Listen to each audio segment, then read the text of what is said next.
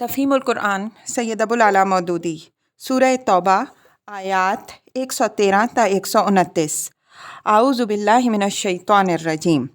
ما کان لنبی والذین آمنوا ان یستغفروا للمشرکین۔ نبی صلی اللہ علیہ وسلم کو اور ان لوگوں کو جو ایمان لائے ہیں زیبا نہیں ہے کہ مشرکوں کے لیے دعائے مغفرت کریں۔ وَلَوْ كَانُوا أُولِي قُرْبَىٰ، چاہے وہ ان کے رشتہ دار ہی کیوں نہ ہوں۔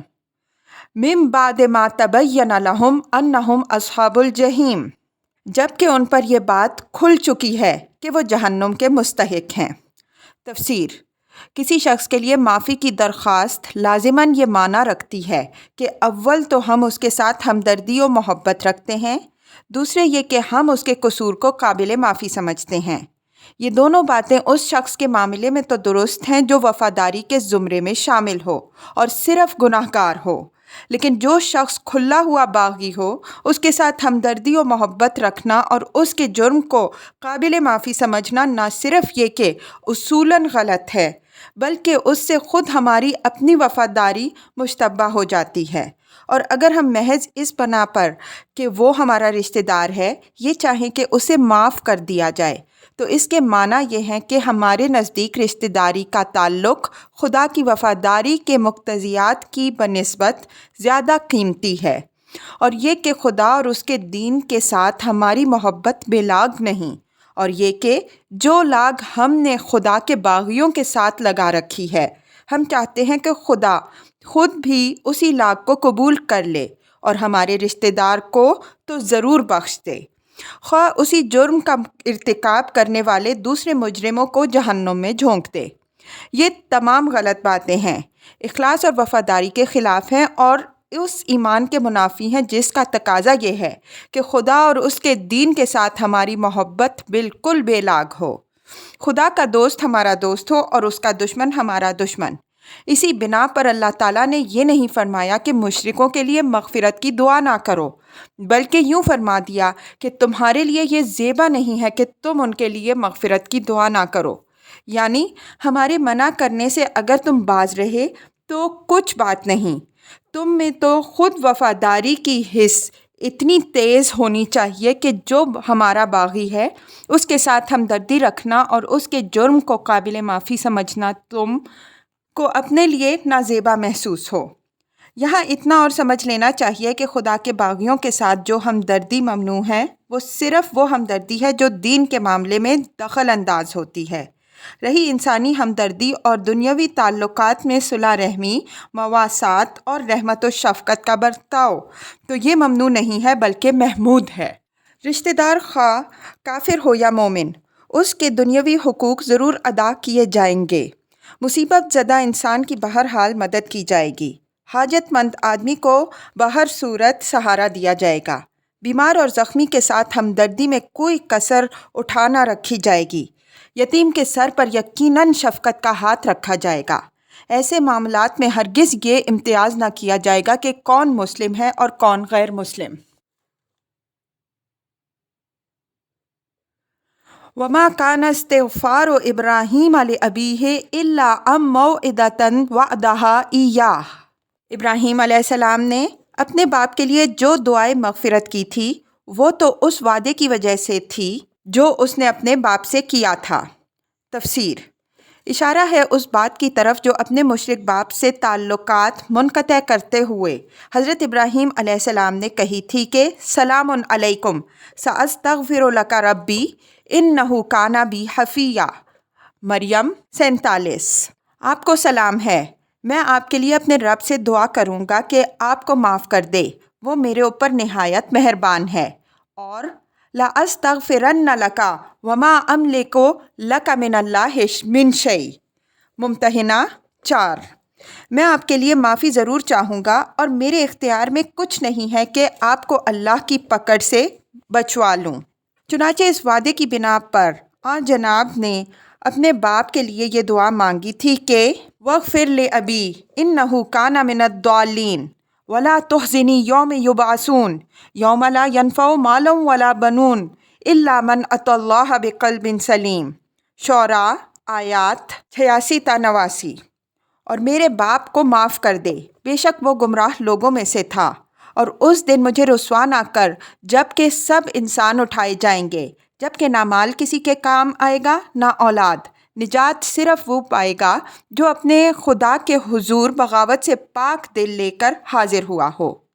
یہ دعا اول تو خود انتہائی محتاط لہجے میں تھی، مگر اس کے بعد جب حضرت ابراہیم علیہ السلام کی نظر اس طرف گئی کہ میں جس شخص کے لیے دعا کر رہا ہوں وہ تو خدا کا کھلم کھلا باغی تھا اور اس کے دین سے سخت دشمنی رکھتا تھا، تو وہ اس سے بھی باز آ گئے اور ایک سچے وفادار مومن کی طرح انہوں نے باغی کی ہمدردی سے صاف صاف تبرئ کر دی، اگرچہ وہ باغی ان کا باپ تھا جس نے کبھی محبت سے ان کو پالا پوسا تھا۔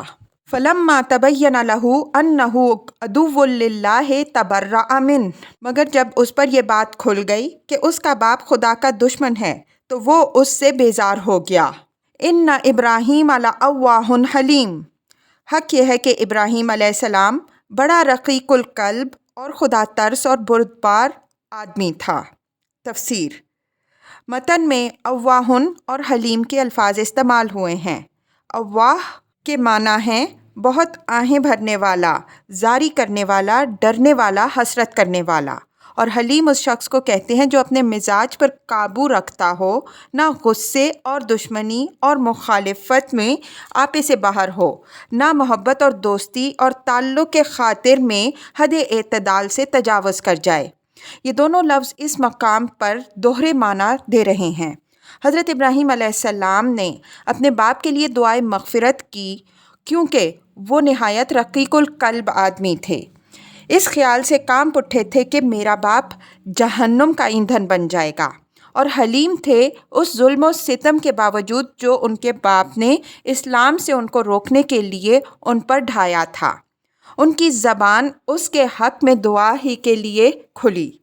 پھر انہوں نے یہ دیکھا کہ ان کا باپ خدا کا دشمن ہے، اس سے تبرئ کی کیونکہ وہ خدا سے ڈرنے والے انسان تھے اور کسی کی محبت میں حد سے تجاوز کرنے والے نہ تھے۔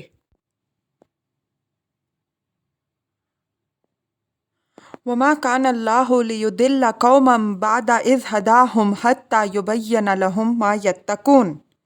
اللہ کا یہ طریقہ نہیں ہے کہ لوگوں کو ہدایت دینے کے بعد پھر گمراہی میں مبتلا کر دے جب تک کہ انہیں صاف صاف بتا نہ دے کہ انہیں کن چیزوں سے بچنا ہے۔ تفسیر: یعنی اللہ پہلے یہ بتا دیتا ہے کہ لوگوں کو کن خیالات، کن اعمال اور کن طریقوں سے بچنا چاہیے، پھر جب وہ باز نہیں آتے اور غلط فکری و غلط کاری ہی پر اصرار کیے چلے جاتے ہیں تو اللہ تعالیٰ بھی ان کی ہدایت و رہنمائی سے ہاتھ کھینچ لیتا ہے اور اسی غلط راہ پر انہیں دھکیل دیتا ہے جس پر وہ خود جانا چاہتے ہیں۔ یہ ارشاد ایک قاعدہ کلیہ بیان کرتا ہے جس سے قرآن مجید کے وہ تمام مقامات اچھی طرح سمجھے جا سکتے ہیں جہاں ہدایت دینے اور گمراہ کرنے کو اللہ تعالیٰ نے اپنا فعل بتایا ہے۔ خدا کا ہدایت دینا یہ ہے کہ وہ صحیح طریقے فکر و عمل اور اپنے انبیاء علیہم السلام اور اپنی کتابوں کے ذریعے سے لوگوں کے سامنے واضح طور پر پیش کر دیتا ہے۔ پھر جو لوگ اس طریقے پر خود چلنے کے لیے آمادہ ہوں انہیں اس کی توفیق بخشتا ہے، اور خدا کا گمراہی میں ڈالنا یہ ہے کہ جو صحیح طریقے فکر و عمل اس نے بتا دیا ہے اگر اس کے خلاف چلنے ہی پر کوئی اصرار کرے اور سیدھا نہ چلنا چاہے تو خدا اس کو زبردستی راست بین اور راست رو نہیں بناتا، بلکہ جدھر وہ خود جانا چاہتا ہے اسی طرف اس کو جانے کی توفیق دے دیتا ہے۔ اس خاص سلسلہ کلام میں یہ بات جس مناسبت سے بیان ہوئی ہے وہ پچھلی تقریر اور بعد کی تقریر پر غور کرنے سے بآسانی سمجھ میں آ سکتی ہے۔ یہ ایک صحیح تنبیہ ہے جو نہایت موزوں طریقے سے پچھلے بیان کا خاتمہ بھی قرار پا سکتی ہے اور آگے جو بیان آ رہا ہے اس کی تمہید بھی۔ ان اللہ بکل شیء علیم، در حقیقت اللہ ہر چیز کا علم رکھتا ہے۔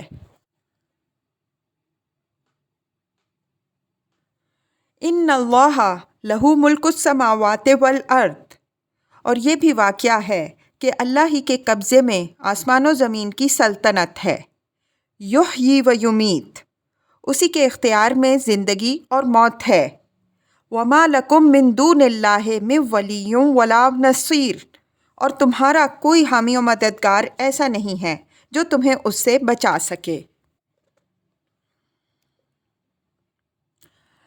لَقَدْ تَابَ اللَّهُ عَلَى النَّبِيِّ وَالْمُهَاجِرِينَ وَالْأَنصَارِ الَّذِينَ اتَّبَعُوهُ فِي سَاعَةِ الْعُسْرَةِ، اللہ نے معاف کر دیا نبی صلی اللہ علیہ وسلم کو اور ان مہاجرین و انصار کو جنہوں نے بڑی تنگی کے وقت میں نبی صلی اللہ علیہ وسلم کا ساتھ دیا۔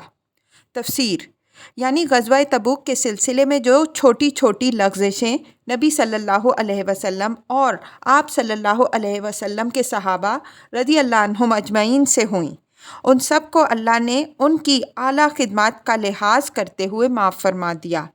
نبی صلی اللہ علیہ وسلم سے جو لغزش ہوئی تھی اس کا ذکر آیت 43 میں گزر چکا ہے، یعنی یہ کہ جن لوگوں نے استطاعت رکھنے کے باوجود جنگ سے پیچھے رہ جانے کی اجازت مانگی تھی ان کو آپ صلی اللہ علیہ وسلم نے اجازت دے دی۔ من بعد ما کاد یزیغ قلوب فریق منہم، اگرچہ ان میں سے کچھ لوگوں کے دل کجی کی طرف مائل ہو چلے تھے۔ تفسیر، یعنی بعض مخلص صحابہ رضی اللہ عنہم اجمعین بھی اس سخت وقت میں جنگ پر جانے سے کسی نہ کسی حد تک جی چرانے لگے تھے، مگر چونکہ ان کے دلوں میں ایمان تھا اور وہ سچے دل سے دین حق کے ساتھ محبت رکھتے تھے، اس لیے آخر کار وہ اپنی اس کمزوری پر غالب آ گئے۔ ثم تاب علیہم، مگر جب انہوں نے اس کجی کا اتباع نہ کیا بلکہ نبی صلی اللہ علیہ وسلم ہی کا ساتھ دیا تو اللہ نے انہیں معاف کر دیا۔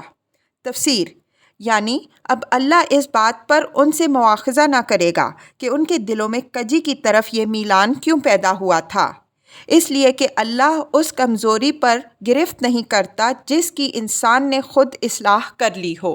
اِنَّهُ بِهِمْ رَءُوفٌ رَحِيمٌ، بے شک اس کا معاملہ ان لوگوں کے ساتھ شفقت و مہربانی کا ہے۔